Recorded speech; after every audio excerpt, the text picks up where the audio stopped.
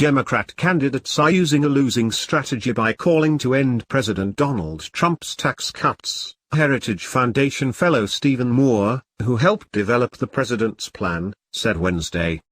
"You know, I'm old enough to remember in 1984 when Walter Mondale was running against Ronald Reagan's tax cuts," Moore told Fox News Fox and Friends. "You all may recall that in that famous debate against Reagan he promised to raise taxes, and I think Reagan won slightly that re-election.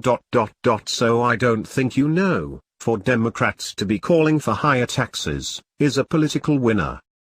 "The Trump tax cuts have worked for the American economy," said Moore, adding that he and White House economic advisor Larry Kudlow and others were putting the plan together. "Trump was always talking about how the cuts would impact middle-class workers.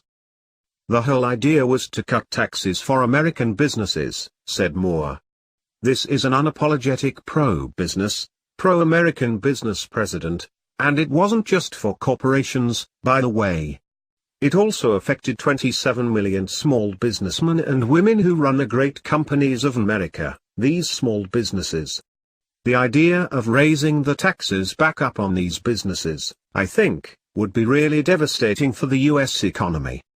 Before Trump, Moore added, the U.S. tax rates were the highest in the world.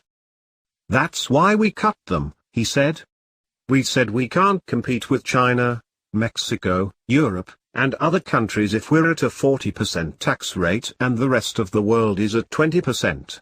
The math just didn't add up."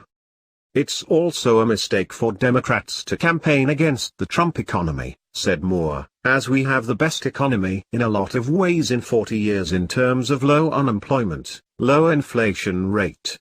We have 1 million more jobs available in the United States than even people looking for jobs, so that's an unprecedented situation."